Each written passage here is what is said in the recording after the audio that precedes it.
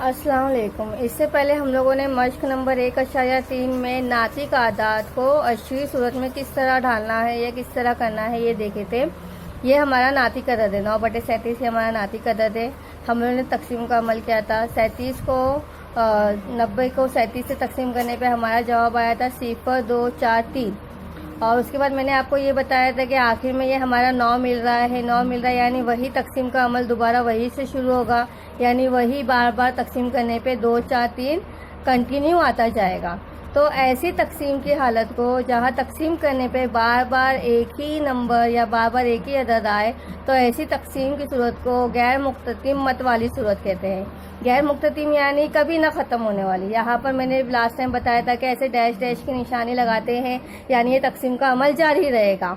और मतवाली का मतलब है कि वही अदद तकसीम करने पे एक ही किस्म के अदद जो है वो बार बार आते रहे, जैसे कि 2, 4, 3 यहाँ पे तकसीम करने पे बार बार आ रहा है, तो ये इसकी मत वाली सूरत होगी, जिसके लिए हम लोग इसके ऊपर ये इस तरीके का बार लगाएंगे, इसे बार कहते हैं। ठीक है। अभी जो है सवाल नंबर 2 है हमारा 18/42। तो यहाँ पर 18/42 को सबसे पहले हम मज़ीद मुख्तसर सूरत में लिखेंगे, इसकी और मज़ीद मुख्तसर सूरत करेंगे। मुख्तसर सूरत यानी क्या, तकसीम का अमल आगे और जारी रह सकता है, यानी या उसको हम मज़ीद तकसीम कर सकते हैं यानी यूज़ कसर को, तो वो उसकी मुख्तसर सूरत कहलाती है। तो अब मैं इसे मुख्तसर करती हूँ। 6 का पहाड़ा हम पढ़ेंगे, 6 × 18 और 6 × 7 = 42। अब 3/7 हमारा जो जवाब आ रहा है, 3/7 का हम मज़ीद और मुख्तसर सूरत नहीं कर सकते, क्योंकि 3 और 7 किसी एक ही पहाड़े में नहीं आते। तो यहीं पे हम रोक कर जो है तकसीम का अमल शुरू करेंगे, जिस तरह हमने पहले सवाल में हल किए थे। 7 से हमको तकसीम करना है, 3 को तकसीम करना है, 7 का पहाड़ा हमको पढ़ना है। वही चीज़ आ रही है कि 3 हमारा 7 से छोटा है, तो हम सबसे पहले क्या करेंगे, सिफर लगाएंगे और अशारिया लगाएंगे। अशारिया इसलिए कि सिफर लगाने पर हम इसको 3 को बड़ा अदद बना सकते हैं। अब 7 का पहाड़ा हमको यहाँ तक ही पढ़ना है कि मुझे 30 मिले या 30 से करीब जो छोटा नंबर है वो मिले। तो 7 × 21, 7 × 28 होता है, तो हम 7 × 28 लेंगे। तो ये 28 लेने पर 10 में से 8 गए तो कितने बचेंगे, यहाँ 3 है हमारा, तो ये 2 बच जाएगा। इधर आके 10 आके ये यहाँ 1 आकर हमारा 10 बनाएगा। अब 10 में से 8 निकालने पे कितने बचे, 2 बचे। और यहाँ पर 1 मैंने यहाँ इधर उधार ले लिया, इधर 1 लगा लिया, तो यहाँ कितना बचा हमारा, 2। तो 2 में से 2 गया तो कितना बचा, सिफर। अब हमने अशारिया लगाए तो हम बार बार जो है सिफर लगाकर छोटे अदद को बड़ा अदद बना सकते हैं। तो मैं यहाँ पर सिफर लगाकर 2 को 20 बनाऊंगी। अब मैं 7 का पहाड़ा कितनी बार पढ़ूंगी तो 20 मिले या 20 से छोटा अदद मिले, तो 7 का 7, 7 दूनी 14, 7 × 21। तो 7 × 21 20 से बड़ा अदद हो जाएगा, और 14 जो है वो 20 से छोटा है, तो हम 7 दूनी 14 लेंगे। पहले हमने क्या लिए थे, 7 × 28, तो 4 यहाँ लेना है, और अभी 7 दूनी 14 हो रहा है, तो 2 यहाँ लिखना है, और 14 हम यहाँ इसके नीचे लिखेंगे, 20 के नीचे लिखेंगे। सिफर से 4 नहीं जाता है, बाजू में से हम 1 लेंगे, यहाँ 1 बचेगा, और यहाँ 1 आगे कितना बनाएगा, 10। 10 में से 4 गए तो 6 बचे, 1 में से 1 गया, सिफर बचा। दोबारा हम वापस से सिफर लगाएंगे। 7 का पहाड़ा हमको पढ़ना है, 7 × 8 = 56 होता है, और 7 × 8 = 56, 7 × 9 = 63। 63 जो है वो 60 से बड़ा हो जाएगा, तो इसलिए हम 56 लेंगे जो कि 60 से छोटा है। तो 7 × 8 = 56। तो पहाड़ा पढ़ने पे जो अदद मिलता है उसको यहाँ लिखते हैं, और कितनी मरतबा पहाड़ा पढ़े, जैसे कि हमने 7 का पहाड़ा 8 बार पढ़े, 8 बार पढ़ने पर हमको 56 मिला, तो 8 हम यहाँ लिखेंगे, 7 × 8 = 56, और 56 को यहाँ लिखना है।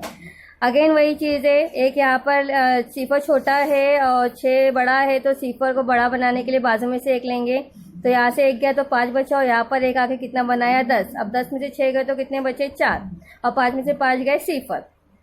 फिर हम इसको 40 बनाएंगे।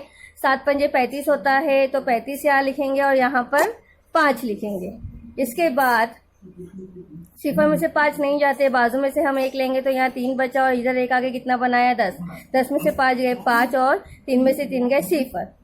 फिर दोबारा 5 हमारा छोटा अदद है, तो हम इसको बड़ा अदद बनाएंगे, तो ये 50 बन गया। अब 7 का पहाड़ा हमको पढ़ना है, तो 7 × 7 = 49 होता है, और 7 × 28 होता है, 7 × 5 = 35, 7 × 6 = 42, 7 × 7 = 49। तो हम लेंगे 7 × 7 = 49, 7 × 7 = 49 जो कि है 49, तो हम यहाँ 49 लिखेंगे।